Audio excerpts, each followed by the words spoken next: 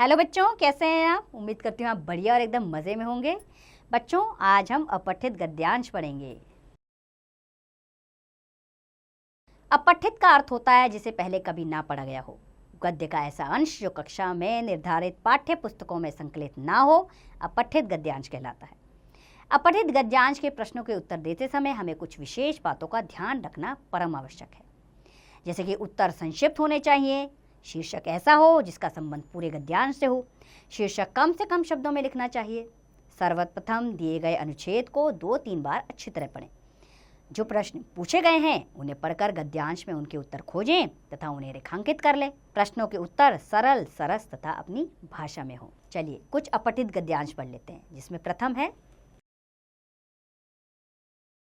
जैसे प्राचीन काल से ही भारतीय नारी पराश्रित रही है। वह बचपन में पिता के आश्रय में थी, विवाह हुआ तो पति की आश्रित रही तथा बुढ़ापे में पुत्र की आश्रित बनी।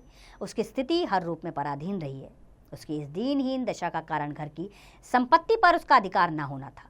धन पुरुष कमाता था, अतः उस पर अधिकार भी पुरुष का ही था। आधुनिक काल में नारी की स्थिति में परिवर्तन हुआ। नारी घर से बाहर निकली। आज वह सभी क्षेत्रों में काम कर रही है, अपने परिवार की आर्थिक स्थिति को मजबूत बना रही है। इससे नारी को कुछ स्वतंत्रता तो मिली, परंतु उसकी स्थिति और भी दयनीय हो गई। अब उसे घर और बाहर दो जगह काम करना पड़ता है। जो नारियां दोनों जिम्मेदारियों को ठीक से नहीं निभा पाती, उनके घरों में रात दिन कलह रहती है। तो अब इस उपयुक्त गद्यांश के आधार पर निम्नलिखित प्रश्नों को हमको उत्तर देने होते हैं। जैसे पहला प्रश्न है, प्राचीन काल से ही भारतीय नारी पराश्रित कैसे रही है? तो उसका उत्तर है, प्राचीन काल से ही भारतीय नारी पराश्रित रही। बचपन में पिता के, विवाह के बाद पति के तथा बुढ़ापे में पुत्र के ऊपर निर्भर रही। दूसरा है, नारी की दीनहीन स्थिति का मुख्य कारण क्या है? तो उत्तर है, नारी की दीनहीन स्थिति का मुख्य कारण घर की संपत्ति पर पुरुष का अधिकार होना था। चौथा, आधुनिक काल में नारी की स्थिति में क्या परिवर्तन आया? आधुनिक काल में नारी घर से बाहर निकली और नौकरी करने लगी। चौथा है, नारी के नौकरी करने का क्या परिणाम हुआ? नौकरी करने से नारी को कुछ स्वतंत्रता मिली व उसकी स्थिति में थोड़ा सा सुधार आया। पांचवा प्रश्न है, क्या नौकरी करने के बाद नारी की स्थिति ठीक हो गई? उत्तर है इसका, नौकरी करने के बाद नारी की दशा और भी दयनीय हो गई। अब उसे घर और बाहर दो जगह काम करना पड़ता है। अब दूसरा हमारा अपठित गद्यांश है, घमंड को दूषित प्रवृत्ति माना गया है। यह ठीक है, परंतु अहंकार का दूसरा पक्ष भी है। सामाजिक व्यवहार के लिए अहंकार आवश्यक है। व्यक्ति का परिचय उसके अहंकार से ही मिलता है। इससे उसका व्यक्तित्व स्पष्ट होता है। व्यक्तित्व के कारण ही दुनिया में वैविध्य, नानत्व और सजीवता, संपन्नता पैदा होती है।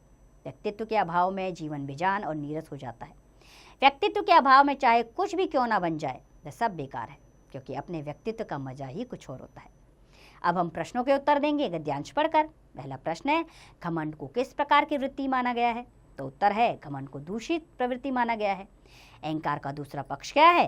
उत्तर है, अहंकार का दूसरा पक्ष यह है कि सामाजिक व्यवहार के लिए अहंकार आवश्यक है। तीसरा प्रश्न, व्यक्ति का परिचय किससे मिलता है? उत्तर है, व्यक्ति का परिचय उसके अहंकार से मिलता है। इससे उसका व्यक्तित्व स्पष्ट हो जाता है। चौथा प्रश्न है, व्यक्तित्व के अभाव में जीवन कैसा हो जाता है? तो उत्तर है, व्यक्तित्व के अभाव में जीवन बेजान और नीरस हो जाता है। पांचवा है, उपयुक्त गद्यांश के लिए उचित शीर्षक दीजिए। तो पांचवा है शीर्षक, अहंकार दूषित वृत्ति। आइए ध्यान देने योग्य बातें जानें। गद्य का ऐसा अंश जो कक्षा में निर्धारित पाठ्य पुस्तकों में संकलित ना हो, अपठित गद्यांश कहलाता है। अपठित गद्यांशों के प्रश्नों के उत्तर देने से पहले उसे सबसे पहले 2-3 बार अच्छी तरह पढ़ लेना चाहिए। शीर्षक ऐसा हो जिसका संबंध पूरे गद्यांश से हो। तो उम्मीद करती हूँ बच्चों, अपठित गद्यांश आपको समझ में आया होगा। आप भी अनेकों अपठित गद्यांश पढ़िए, उससे संबंधित प्रश्नों के उत्तर देने का अभ्यास करें, स्वयं कीजिए।